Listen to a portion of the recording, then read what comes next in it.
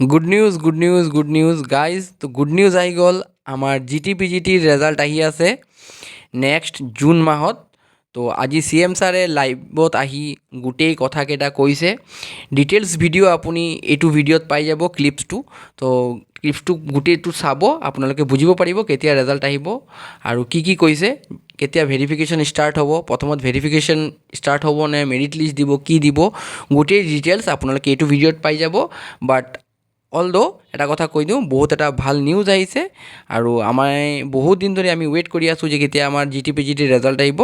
So' it's a good news for all of us. ঠিক আছে, তো ভিডিঅ'টো আপোনালোকে গোটেই চাওক। বহুতে সুধি আছে যে PGT আৰু গ্ৰেজুৱেট টিচাৰৰ পৰীক্ষাৰ ৰিজাল্ট কেতিয়া দিব। আমি 5 জুন তাৰিখে প্ৰভিজনেল ৰিজাল্ট এনাউন্স কৰিম। 5 জুনত প্ৰভিজনেল লিষ্ট এনাউন্স কৰাৰ পিছত আপোনালোকৰ ডকুমেণ্ট ভেৰিফিকেশ্যন হ'ব আৰু যিসকলৰ ডকুমেণ্টছ জেনুইন হ'ব তেওঁলোককে আমি চূড়ান্তভাৱে পৰীক্ষাত উত্তীৰ্ণ হোৱা বুলি ঘোষণা কৰিম। অৰ্থাৎ পৰীক্ষাৰ ৰিজাল্ট কেতিয়া দিব? উত্তৰ 5 জুন তাৰিখে দিব।